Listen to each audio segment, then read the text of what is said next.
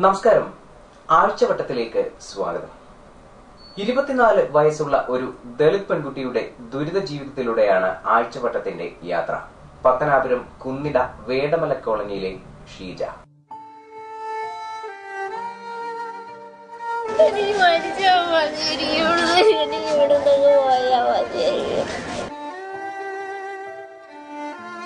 എനിക്ക് ജീവിക്കണമെന്ന് ആഗ്രഹമില്ല.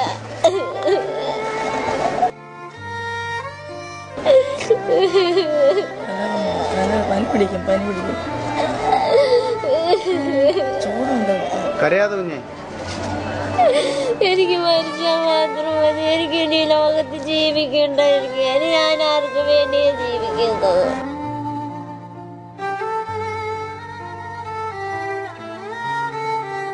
മൂത്രത്തിൽ അണുബാധയുണ്ടായതിനെ തുടർന്ന് അസ്വസ്ഥതകൾ പ്രകടിപ്പിച്ച ഈ പെൺകുട്ടിക്ക് പ്രേതബാധയാണെന്ന് ആരോപിച്ച് അതിക്രൂരമായി മർദ്ദിച്ചു.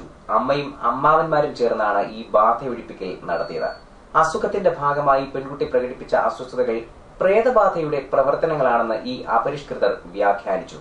അതിക്രൂരമായ മർദ്ദനമേറ്റ പെൺകുട്ടി ഇപ്പോൾ ആകെ ഭയപ്പാടിലാണ്. ഇതിന്റെ ഇളയ അമ്മാവൻ എന്നെ വിളിക്കുകയും ഞാൻ ഓടി ചെല്ലുകയും ചെയ്തപ്പോഴാണ് ഈ കുട്ടി എന്നോട് പറയുന്നത് യൂറിനറി ഇൻഫെക്ഷനായിട്ട് മെഡിക്കൽ കോളേജിലായിരുന്നു. വന്ന അന്ന് മുതൽ വീണ്ടും അതിന് കുറവില്ലാതെ അത് ഈ വെപ്രാളം, യൂറിൻ പോകാതുള്ള വെപ്രാളം കാണിക്കുമ്പോഴേ അവർ പറയുന്നത് ഇത് അസുഖമൊന്നുമല്ല, വാതയാണ്. അപ്പം വാദം മാറാൻ വേണ്ടിയിട്ട് ഇവർ കയ്യും കാലും കെട്ടിയിട്ട് ഇതിനെ ഉപദ്രവിക്കുമായിരുന്നു. തീ പൊള്ളിക്കുകയും ശരീരത്തിൻ്റെ പല ഭാഗങ്ങളിലായിട്ട് ഉപദ്രവിക്കുകയും രക്ഷിക്കണമെന്ന് പറഞ്ഞപ്പം തുണി വെച്ച് മൂക്കും വായും പൊത്തുകയും അതിന്റെ കാൽമുട്ടിലും കയ്യെ പൊള്ളിക്കുകയും കാൽമുട്ടിലും കൈമുട്ടിലും എല്ലാം ഇതിന് തീ പൊള്ളിക്കുകയും പിന്നെ അത് വാങ്ങില്ലാതെ കെട്ടിയിട്ട കാരണം അതിന് ബാലൻസ് ഇല്ലാതെ എണ്ണിക്കുന്ന കാരണമായി കൈമുട്ട് കുത്തി എണ്ണിക്കുന്നത്.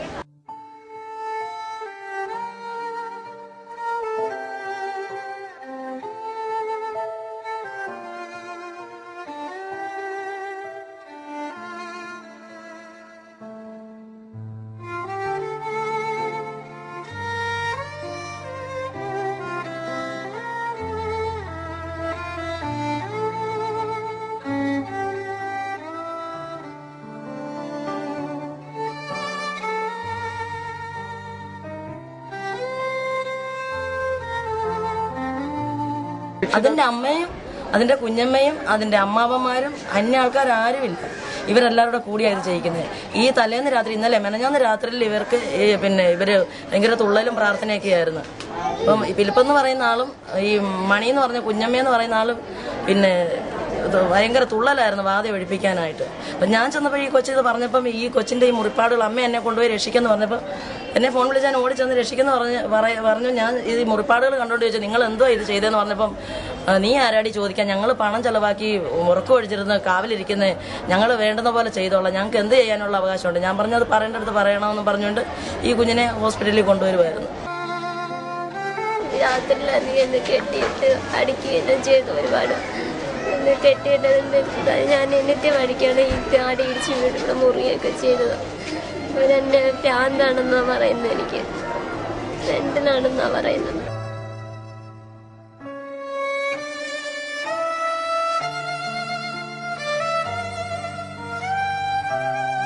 അടിക്കുകയൊക്കെ ചെയ്ത കെട്ടിയിട്ട് തല്ലി കട്ടിലോട്ട് ഇടുകയൊക്കെ ചെയ്യുമായിരുന്നു. എനിക്കത് സമ്മതിക്കത്തില്ലായിരുന്നു. എനിക്ക് മെന്റലാന്ന് പറഞ്ഞ ഇളയ മാമനും മൂത്ത മാമനും. ഇളയ മാമന്റെ പേരെന്താ? ഫിലിപ്പ്. മൂത്ത മാമന്റെ പേരോ? ബാബു. ഇവർ രണ്ടുപേരും ചേർന്നാണ് അടിച്ചത്. ഇത് എത്ര നാളായിട്ട് ഇങ്ങനെ ചെയ്യുന്നുണ്ട്? എനിക്ക് ഒരാഴ്ച ഞാൻ മെഡിക്കൽ കോളേജ് ആശുപത്രിയിലായിരുന്നു. വന്നിട്ട് ഞായറാഴ്ചയാണ് വന്നത്. അതായി കഴിയുമ്പോ എനിക്ക് കുറവില്ലായിരുന്നു. അന്നേരം എനിക്ക് ഈ അസുഖത്തിന്റെയാണ് ഞാൻ അങ്ങോട്ടും ഇങ്ങോട്ടും നടക്കുകയൊക്കെ ചെയ്യുന്നത്.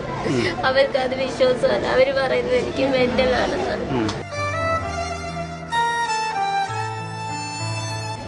ഡോക്ടർമാർ പറഞ്ഞ എനിക്ക് ഒരു അസുഖമില്ല. അവര് പറഞ്ഞ കിഡ്നിക്ക് പ്രോബ്ലം ഉണ്ടോന്ന് പറഞ്ഞ. കിഡ്നിക്ക് പ്രോബ്ലം ഉണ്ടോ? പക്ഷെ അതില്ല. റിസൾട്ടിനകത്തൊന്നും എനിക്കൊരു കുഴപ്പമില്ല.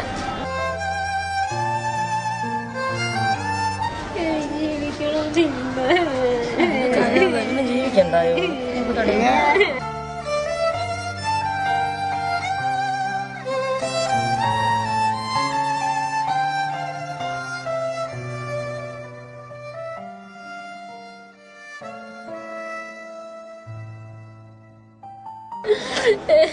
ഞാൻ ആർക്ക് വേണ്ടി ജീവിക്കുന്നത്? എനിക്ക് വേണ്ടി ഒരാൾ മാത്രമേ ഉള്ളായിരുന്നു, ജാതി മാത്രമേ ഉള്ളായിരുന്നു. അതില്ലാതെ ഞാൻ ആർക്ക് വേണ്ടി ഞാൻ ജീവിക്കുന്നു? എനിക്ക് ഞാൻ ആർക്ക് വേണ്ടി, എന്നെ ആർക്കും വേണ്ടത്.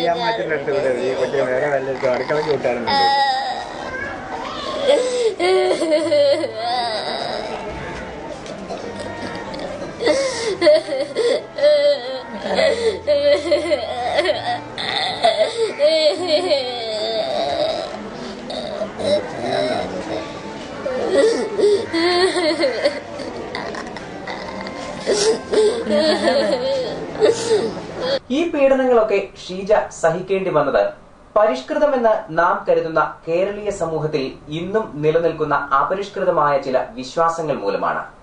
ഇന്നും അസുഖത്തെ ബാധയായി കാണുന്ന ചിലർ ഇവിടെയുണ്ട് എന്നത് നമ്മുടെ സമൂഹത്തിന്റെ ചില ദൗർബല്യങ്ങളിലേക്കാണ് വിരൽ ചൂണ്ടുന്നത്. മരിച്ചുപോയ ഒരാളുണ്ടായിരുന്നു, അംഗൻവാടി ടീച്ചറായിരുന്നു. വേറെ രമണി എന്ന് പറഞ്ഞു, ഞങ്ങളുടെ വീടിന്റെ അടുത്ത് തന്നെ. അവരെന്റെ ദേഹത്തുണ്ടെന്നും പറഞ്ഞാണ് ചൂലെടുത്തൊക്കെ അടിക്കുകയൊക്കെ ചെയ്തത്. മാമി വീനെന്ന് പറഞ്ഞ അംഗൻവാടി ടീച്ചർ. ഈ മരണപ്പെട്ട മരണപ്പെട്ടല്ല, ഈ മരണപ്പെട്ട ആള് എന്റെ ദേഹത്ത് ശരീരത്ത് കേറിയിട്ടുണ്ടെന്നും പറഞ്ഞു, ബാധയുണ്ടെന്നും പറഞ്ഞു. അംഗൻവാടി ടീച്ചർ ആ ബാധയുണ്ടെന്നും പറഞ്ഞാൽ ചൂലെടുത്ത് എന്നെ അടിക്കുകയൊക്കെ ചെയ്യുന്നത്. അടിക്കുന്ന ആളാരായിരുന്നു? ദീനെന്ന് പറഞ്ഞു. ഈ അംഗൻവാടി ടീച്ചറും ഇയാളുമായിട്ട് എന്തോ ബന്ധം? എന്റെ മാമിയാണ്. ഈ മാമി ആ മരണപ്പെട്ട ആള് താങ്കളുടെ ദേഹത്ത് കയറി എന്ന് പറഞ്ഞ് അടിക്കുമായിരുന്നു. വൈദ്യശാസ്ത്ര രംഗത്തൊക്കെ ഇത്രയും പുരോഗതികൾ വന്ന ഒരു സമയത്ത് അന്ധവിശ്വാസങ്ങൾക്കും അനാചാരങ്ങൾക്കും എതിരെ പോകുന്ന ആൾക്കാർക്ക് അവർക്ക് വേണ്ട നടപടികൾ, അവർക്കെതിരെയുള്ള നടപടികൾ എടുക്കുന്നതിന് നമ്മുടെ മാധ്യമ രംഗത്തു നിന്നും അല്ലെങ്കിൽ പഞ്ചായത്തിന്റെ ഭാഗത്തു നിന്നും വേണ്ട എല്ലാ നടപടികളും ഉണ്ടാകണമെന്ന് മാത്രമേ എനിക്ക് ഈ അവസരത്തിൽ പറയാനുള്ളൂ. ഷീജ അനുഭവിച്ച പീഡനങ്ങൾ നേരിൽ കണ്ട ഒരാളുണ്ട്, ഷീജയുടെ സഹോദരി. അമ്മയും അമ്മാവന്മാരും അടങ്ങുന്ന അന്ധവിശ്വാസി സംഘത്തിന്റെ ഭ്രാന്തുകളെ തടയാൻ അവർക്കുമായില്ല. എന്റെ അടുത്ത് കയറി വന്ന് എന്നോട് പറഞ്ഞു, ഇതുകൊണ്ട് എനിക്ക് വയ്യ, എന്നെ നീ എവിടെങ്കിലും കൊണ്ടുപോകാം. ഞാൻ പറഞ്ഞു, നീ ഇവിടെ നില്ല, ഞാൻ ഇപ്പൊ വരാന്ന് പറഞ്ഞു. അന്നേരം ഞാൻ എന്റെ അടുത്ത് ചോദിച്ചു, ഇതെന്തോ പറ്റിയെന്ന് ചോദിച്ചു. നിന്റെ മുഖത്തും ഇവിടെ എല്ലാം മുറിഞ്ഞിരിക്കുന്നു. ഞാൻ പറഞ്ഞു, മാമൻ കാലിലും കയ്യിലും കൂടി പിടിച്ച് കെട്ടിയിട്ടതാണ്. കെട്ടിയിട്ട് എഴുന്നേറ്റ് പോകാൻ വേണ്ടി എഴുന്നേറ്റപ്പോ ഇവിടെ എല്ലാം താടി ഇടിച്ച് മുറിഞ്ഞതാണ്. ബാധ കയറി എന്ന് പറഞ്ഞുകൊണ്ട് കൊച്ചിന്റെ ദേഹം മൊത്തം പൊള്ളിക്കുകയും അടിക്കുകയും, ഞങ്ങളുടെ മൂത്ത മാമൻ ജോയല്ല ബാബു എന്ന് പറയുന്നത്, ആ മാമൻ മുഖം പൊത്തി അടിക്കുകയും, പിന്നെ അല്ലാതെ ഇളയ മാമൻ ഫിലിപ്പ് എന്ന് പറയുന്ന ആ മാമ ഈ കൊച്ചിനെ അടിക്കുകയും പിടിച്ച് കെട്ടി കട്ടിലെ മറിച്ചിടുകയും ആവശ്യമില്ലാത്ത വർത്തമാനങ്ങളൊക്കെയായിരുന്നു ഈ കൊച്ചിന്റെ അടുത്ത് പറയുന്നത്. അങ്ങനെയൊക്കെയാണ് എന്റെ അടുത്ത് വന്ന് പറഞ്ഞത്. ആവശ്യമില്ലാത്ത വർത്തമാനങ്ങൾ എന്ന് പറഞ്ഞാൽ എന്താണ്? നീ അത് പറഞ്ഞു. പിന്നെ ഈ ആഫീസിൽ പോകുന്നതും ഇവള് ജോലിക്ക് വന്ന് ഇങ്ങനെ അഹങ്കാരം ഒക്കെ ചേർന്നുള്ള വർത്തമാനങ്ങളൊക്കെയായിരുന്നു അന്ന് പറഞ്ഞത് മൊത്തം ഇതിന്റെ അടുത്ത്. അതാരാ ഈ പറയുന്ന ആള്? ഫിലിപ്പ് എന്ന് പറയുന്ന മാമൻ. ഫിലിപ്പ് എന്ന് പറയുന്ന ആള് അമ്മയുടെ സ്വന്തം സഹോദരൻ. സ്വന്തം സഹോദരൻ. ഈ വയറുവേദനയും കൊണ്ട് കിടന്ന് കരഞ്ഞപ്പോഴും നിനക്ക് വേറെ ഏതാണ്ടാക്കിയാ, നിനക്ക് പ്രാന്താ, നിന്നെ രാവിലെ കൊണ്ടുപോയി കരണ്ട് അടിപ്പിക്കണം, ഇങ്ങനെയൊക്കെയായിരുന്നു പറയുന്നത്. ഇയാള് ആരാ? എന്റെ അനിയത്തിയാ. തന്റെ അനിയത്തിയാ. ഈ കുട്ടി താമസിക്കുന്ന വീടും ഇയാള് താമസിക്കുന്ന വീടുമായിട്ട് എന്ത് അകലമുണ്ട്? കുറച്ച് അകലമുണ്ട്, തൊട്ട് മേൽവശത്ത് വീട്ടില. ഇതിപ്പോ ഇത്രയും ക്രൂരമായ രീതിയിൽ കൊച്ചിനെ മർദ്ദിച്ച് അവശയാക്കി മൃതപ്രായമായ ഒരവസ്ഥയില് നിങ്ങളൊന്നും ഇതൊന്നും അറിഞ്ഞില്ലേ? ഞാൻ ഇറങ്ങിച്ചെന്നപ്പോ എന്റെ അമ്മ എന്തെങ്കിലും പറഞ്ഞു, നീ പോന്ന് പറഞ്ഞുകൊണ്ട് ഈ കൊച്ചിനെ പിടിച്ച് പെരക്കകത്ത് കൊണ്ടുപോയി കഥ അടയ്ക്കുകയാണ് ചെയ്തത്. അപ്പൊ അമ്മയും കൂടെ കൂട്ടു നിന്നോണ്ടാണ് ഈ കൊച്ചിനെ ഇത്രയും ക്രൂരമായി മർദ്ദിച്ചത്? അമ്മയും കൂടി ചെന്ന് ഈ കൊച്ചു അമ്മയുടെ കാല് പിടിച്ച് പറഞ്ഞു, എന്നെ കെട്ടഴിച്ച് വിടാൻ പറയും. എന്നിട്ട് അമ്മയൊന്നും മിണ്ടില്ല. മാമന്മാർ രണ്ടുപേരും കൂടി ഈ കൊച്ചിന് ഇതെല്ലാം ചെയ്തത്.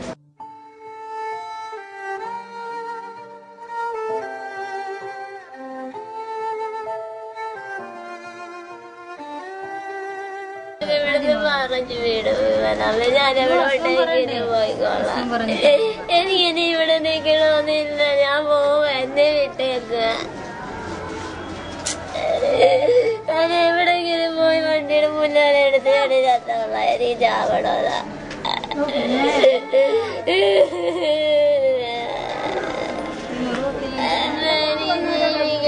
എന്നെ ആർക്കും വേണ്ട, ജീവിക്കുന്നത്. ഞാൻ ചോദിച്ചപ്പോ എന്നോട് പറഞ്ഞു, അവക്ക് വേറെ കുഴപ്പമൊന്നുമില്ല, അവക്ക് പേടി കിട്ടിയതാ, അല്ലാതെ ഒരു കുഴപ്പമില്ലെന്ന്. ഞാൻ ചോദിച്ചു, പിന്നെ എന്തിനാ ഇങ്ങനെ കിടന്ന് കരയുന്നേന്ന് ചോദിച്ചു. പേടിക്കൊന്നും വേണ്ട, ഒരു കുഴപ്പമില്ലെന്ന് മാത്രം എന്റെ അടുത്ത് പറഞ്ഞു, അല്ലാതെ എനിക്കൊന്നും അറിയത്തില്ല. ക്രൂരമായി മർദ്ദിച്ചു. ദേഹത്ത് അടിക്കുകയും പിടിച്ച് കട്ടിലെ പിടിച്ച് കെട്ടിയിട്ട് അതിനടുത്ത് കട്ടിലയിൽ ഇടുകയും തള്ളി എടുക്കുകയൊക്കെ ചെയ്തു കൊച്ചിനെ അടുത്ത്. പുരോഗമന പ്രസ്ഥാനങ്ങൾ ദളിത് സമൂഹത്തിലേക്ക് വേണ്ട വിധത്തിൽ ഇറങ്ങിച്ചെന്നിട്ടില്ല എന്നാണ് ഷീജയുടെ അനുഭവം തെളിയിക്കുന്നത്. അച്ഛൻ മരിച്ചുപോയ ഈ പെൺകുട്ടിയുടെ കുടുംബം ഭരിക്കുന്ന അമ്മാവന്മാരുടെ കാഴ്ചപ്പാടുകളിലെ വൈകല്യങ്ങൾ കൂടി നാം കാണണം. കുടുംബ ബന്ധങ്ങളിലുണ്ടായ ചില ശൈഥില്യങ്ങളും ഇടയ്ക്ക് ഒറ്റപ്പെട്ട പ്രതീക്ഷയുടെ ചില തിരുനാളങ്ങൾ ഇല്ലാതെയുമില്ല.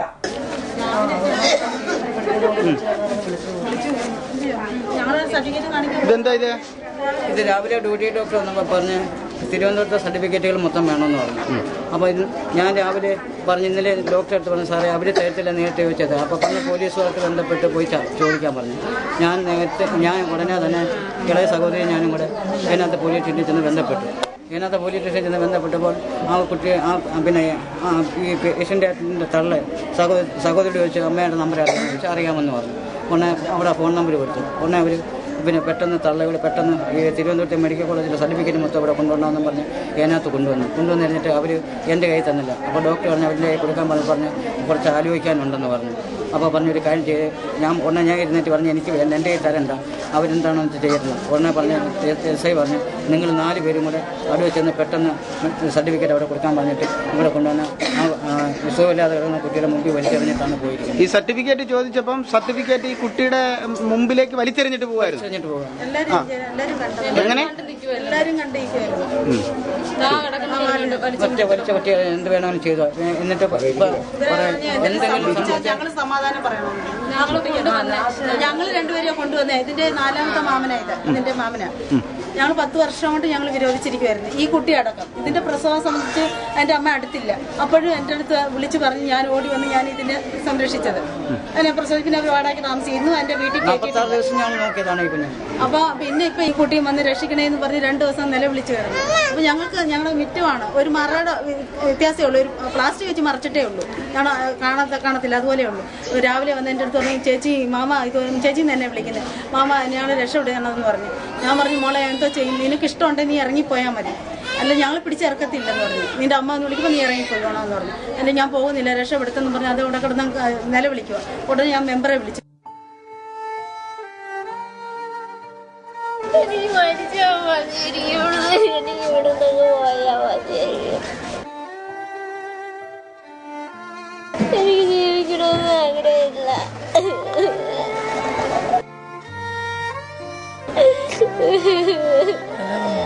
പനി പിടിക്കും ചൂടുണ്ടോ? കരയാതെ കുഞ്ഞേ. എനിക്ക് മരിച്ചാൽ മാത്രം മതി. എനിക്ക് ഇനി ലോകത്ത് ജീവിക്കേണ്ടായിരിക്കും. ഞാൻ ആർക്ക് വേണ്ടിയാ ജീവിക്കുന്നത്?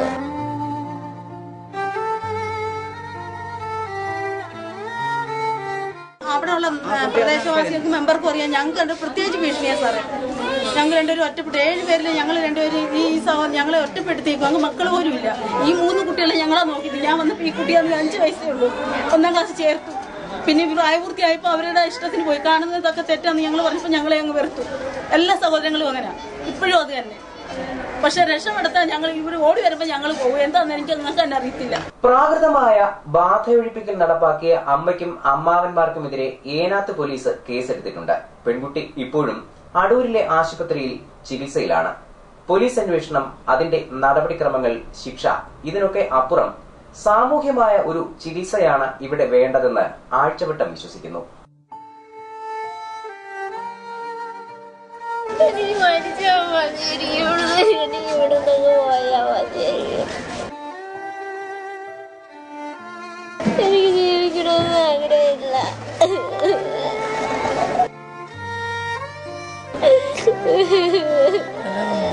പനി പിടിക്കും ചൂടുണ്ടോ? കരയാതെ കുഞ്ഞേ. എനിക്ക് മരിച്ചാൽ മാത്രം മതി. എനിക്ക് ഇനി ലോകത്ത് ജീവിക്കേണ്ടായിരിക്കും. ഞാൻ ആർക്ക് വേണ്ടിയാ ജീവിക്കുന്നത്?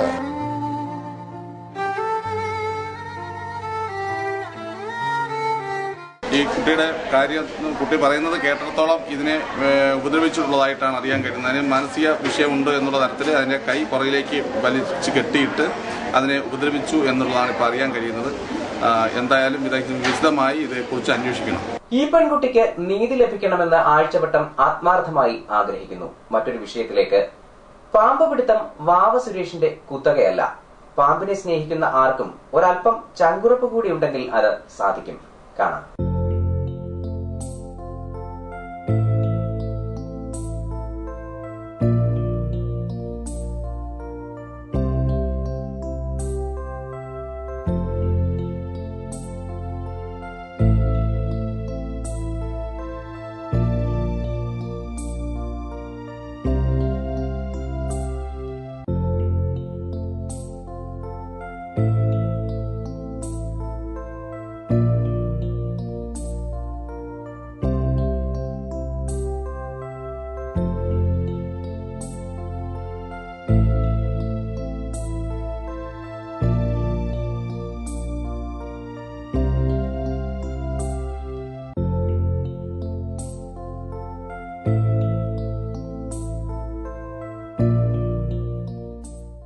ഒന്നാം തരം ഒരു രാജവെമ്പാലയെ പിടികൂടിയിരിക്കുന്നത് ഒരു വനപാലകനാണ്. പേര് ജയപ്രകാശ്. സ്ഥലം ഈസ്റ്റ് കല്ലട, പത്തനാപുരം റേഞ്ചിലെ കറവൂരിൽ ബീറ്റ് ഓഫീസർ.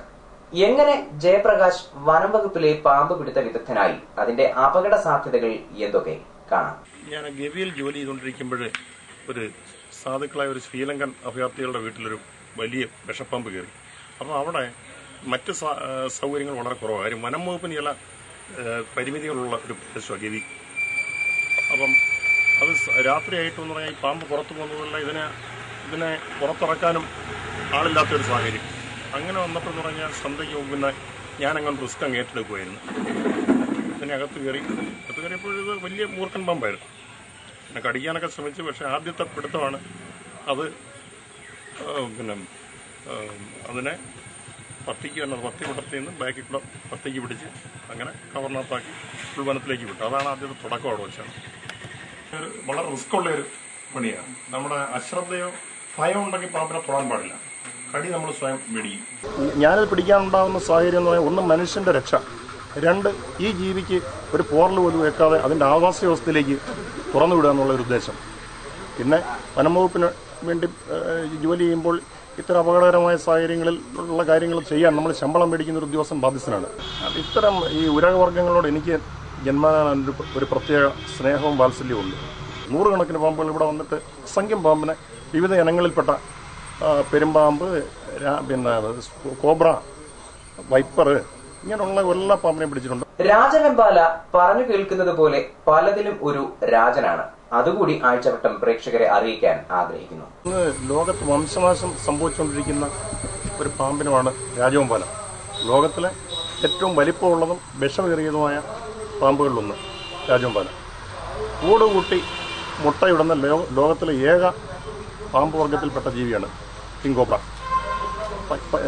ഇന്ത്യയിൽ പശ്ചിമഘട്ട മലനിരകളുടെ ഭാഗമായ കേരളത്തിൽ, വിശേഷം തിരുവിതാംകൂർ, ശ്രീലങ്ക, തായ്ലൻഡ്, ഇന്തോനേഷ്യ തുടങ്ങിയ ലോകത്തിൻ്റെ വിവിധ ഭാഗങ്ങളിൽ ഇതിനെ കണ്ടുവരുന്നു. ശബരിമല വനത്തിലൊക്കെ ഉണ്ട്.